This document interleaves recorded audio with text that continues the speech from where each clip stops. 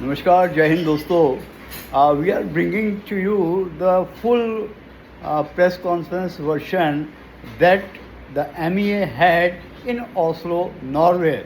The context was a local reporter, Miss Helle Lyng Svends, who is a Norwegian journalist at the center of it all, is a correspondent for Dagsavisen, an Oslo-based newspaper. She was part of the media contingent covering PM Narendra Modi's visit to Norway, which was the fourth leg of his five-nation tour. So what happened is that after PM Modi and Norwegian PM Jonas Gahr Støre made their press statements at the government guest house in Oslo, Lyng stood up and called out, Prime Minister Modi, why don't you take questions from the freest press in the world? She then followed him out of the room and asked, do you deserve the trust of our government? Modi did not respond and walked out. The MEA press conference after the episode blew up on social media and triggered political reactions in both India and Norway, especially from India, which had a lot of comments against this Norwegian reporter. The situation escalated at the briefing when Lyng repeatedly questioned why India should be trusted on issues related to press freedom, minority rights, and human rights. In her own words, she asked, I know India has fundamental rights, that is why I asked about violations. So let's not waste the time and let's hear the MEA Secretary Sibi George response to her. But before that, let me also add that such questions and such reporters are usually paid reporters with organizations behind them who have, of course, a vested interest in this case to defame PM Modi and India. But let's better hear it out, what the MEA Secretary has to say on it.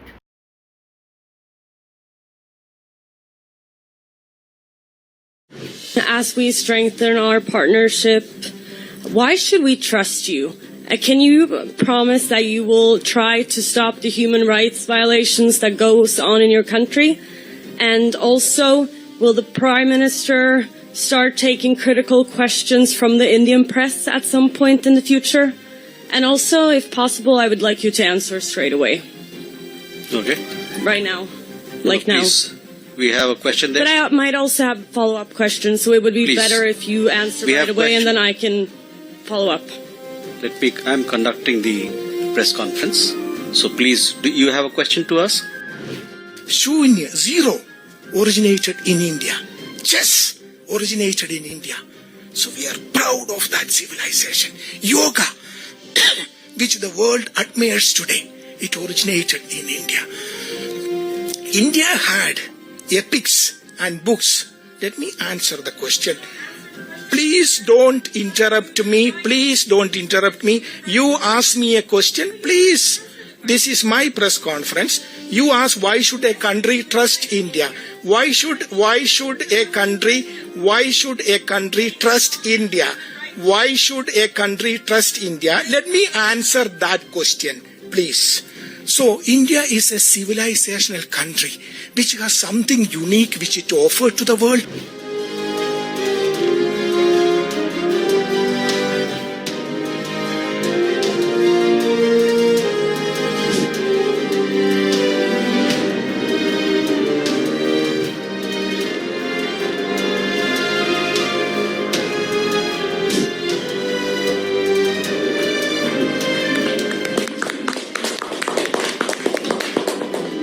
Prime Minister Modi, why don't you take some questions from the freest press in the world?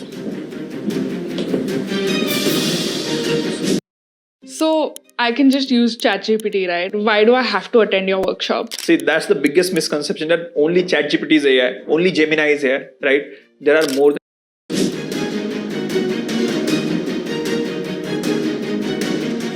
Hi, my name is Helle. I'm come from the Norwegian newspaper Dagsavisen. I am wondering, as we strengthen our partnership, why should we trust you? Can you promise that you will try to stop the human rights violations that goes on in your country? And also, will the Prime Minister start taking critical questions from the Indian press at some point in the future? And also, if possible, I would like you to answer straight away. Okay. Right now.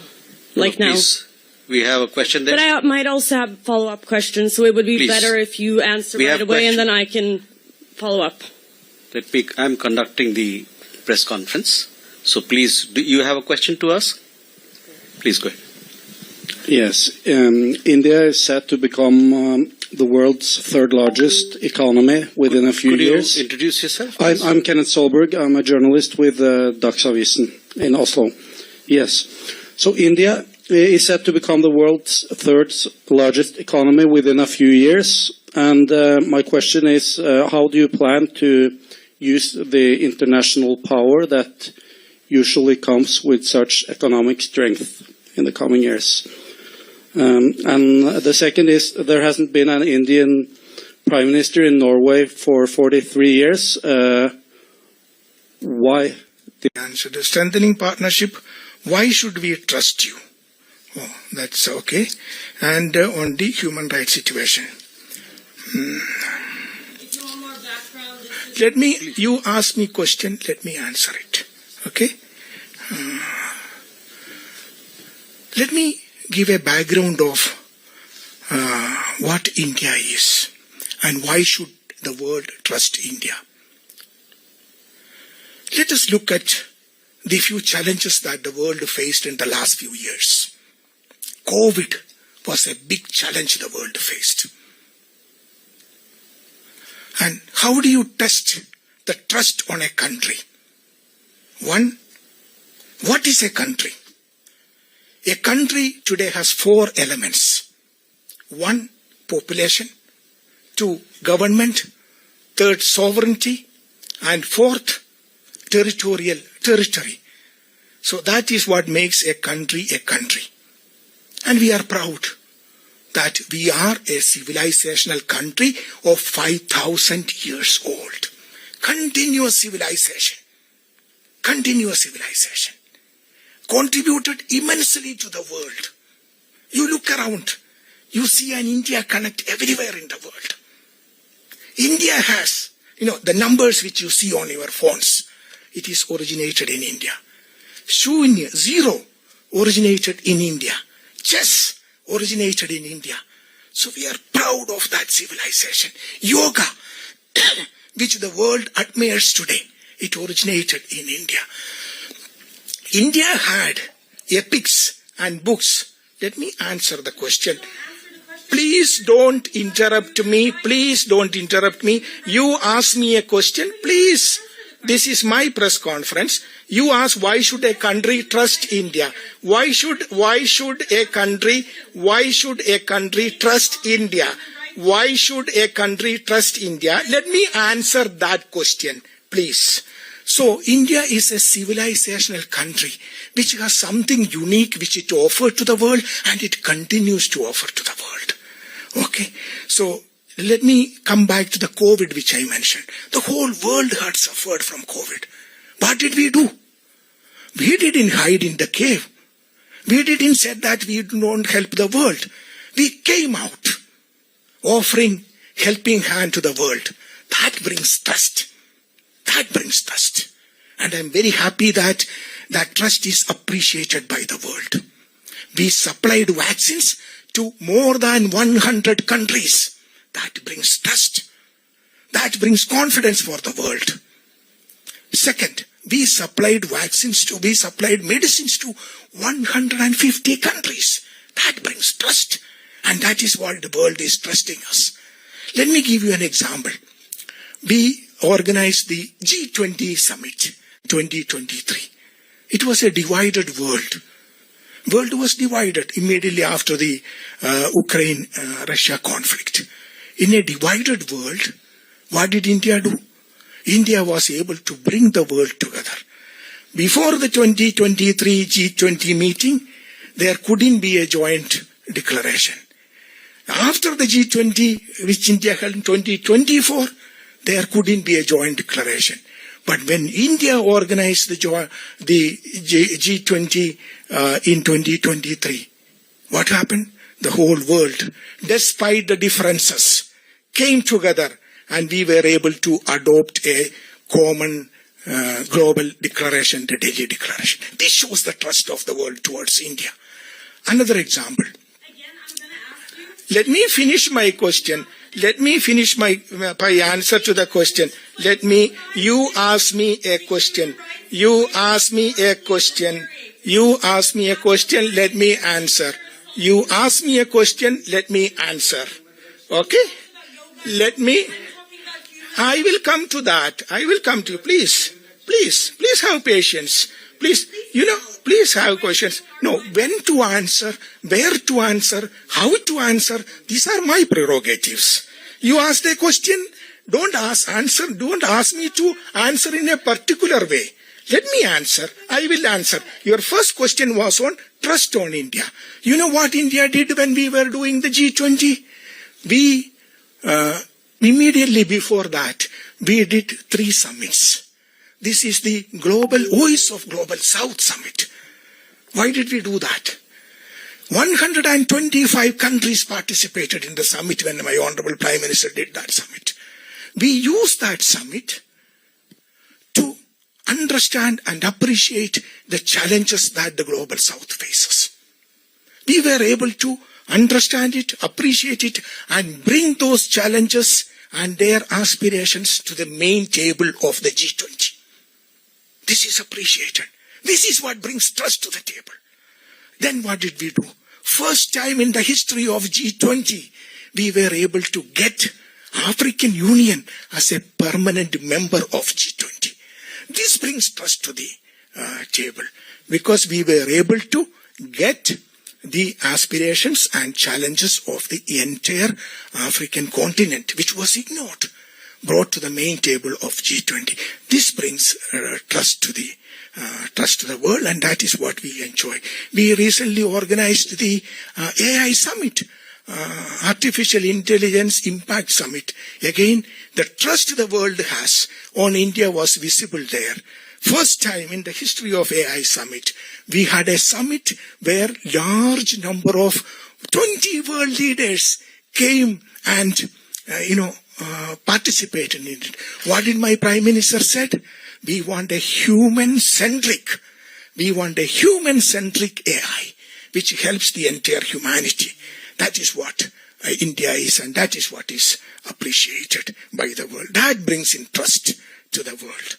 Now she has left, on the issue which is human rights. Let me mention this. India is a country which is based on a constitution. India is the largest democracy in the world. Last time when we had the democracy, we had the elections in India, the participation was almost 1 billion people. That is the festival of democracy happened in India. And India is a country, very few countries in the world has that, where there is a peaceful transfer of power happens, and it happens in India. So India has a constitution, which I'm sure that some of you are aware of. It was established immediately after our freedom struggle. Again, a freedom struggle led by Mahatma Gandhi. Peaceful way. Peaceful, non-violent. That is why the United Nations celebrate his birthday, October 2nd, and International Non-Violence Day. So, we have a constitution. Let me just give you a summary of what the Indian constitution guarantees today. The preamble of the constitution, as you know, we the people of India, having solemnly resolved to constitute India into a sovereign, socialist, secular, democratic republic, and give to its people what? Justice, social, economic, and political, liberty of thought, expression, belief, faith, and worship, equality of status, equality of opportunity, integrity, dignity of the individual. This is what my constitution guarantees. And this is guaranteed through fundamental principles, fundamental rights, fundamental duties. A constitution which is respected by the people of India. Every day when a civil service examination happens, when an examination happens based on merit, when an election happens anywhere in the country, we are celebrating the constitution. This is the beauty of India, and we are so proud of that. So every human being in India has a fundamental right, a right to go to the court if his right is infringed upon. This is the beauty of India, which we are very proud of. We hear a lot of people asking questions about why this, why that. But let me tell you this. We are 1/6 of the total population of the world, but not 1/6 of the problems of the world. We have a constitution which guarantees the rights of the people, fundamental rights of the people. We have equal rights for the women of our country, which is very important. In 1947, we gave the freedom to vote for our women. We won the freedom together, and day one itself. Many countries I know, the voting right for women came after several decades after India gave that freedom. This because we believe in equality, we believe in human rights. And what is the best example of human rights? The right to change government, the right to vote. And that is what is happening in India. We are so proud of that. But we have a constitution, as I said, which guarantees the fundamental rights of our people. If anyone whose rights are violated, they have the right to go to court. Some of you are from Indian media. You know how many stories appear. We have how many breaking news coming every day in the evening. At least 200 TV channels in Delhi alone, in English language, in Hindi language, and multiple language. People have no understanding of the scale of India. People have no understanding. They read, one or two news reports published by some godforsaken, ignorant NGOs, and then come and ask questions. Don't worry about it. We are proud to be a democracy. We are a democracy. Actually, if you look at it, let me share something very interesting. India is a democratic society. It is not in 1947 we became democracy. We were a democratic society for centuries, for millennia, and we are proud of that. If you look at it in the history of India, which continues even today, you will see that whenever there was persecution anywhere in the world, they came to India. And Indian society accepted everyone. That is why we have this diversity in India. We embrace the world. We did not eliminate. We did not go for ethnic cleansing, which many countries today have only one religion. Today only have one ethnicity. Why? Their forefathers eliminated the rest of them. That is not how we did it. Okay? We have diversity because we have tolerance. We have diversity because we embrace diversity. Whenever the world has faced problems, we welcome them. Same thing we did for COVID. So I think I explained it enough, no?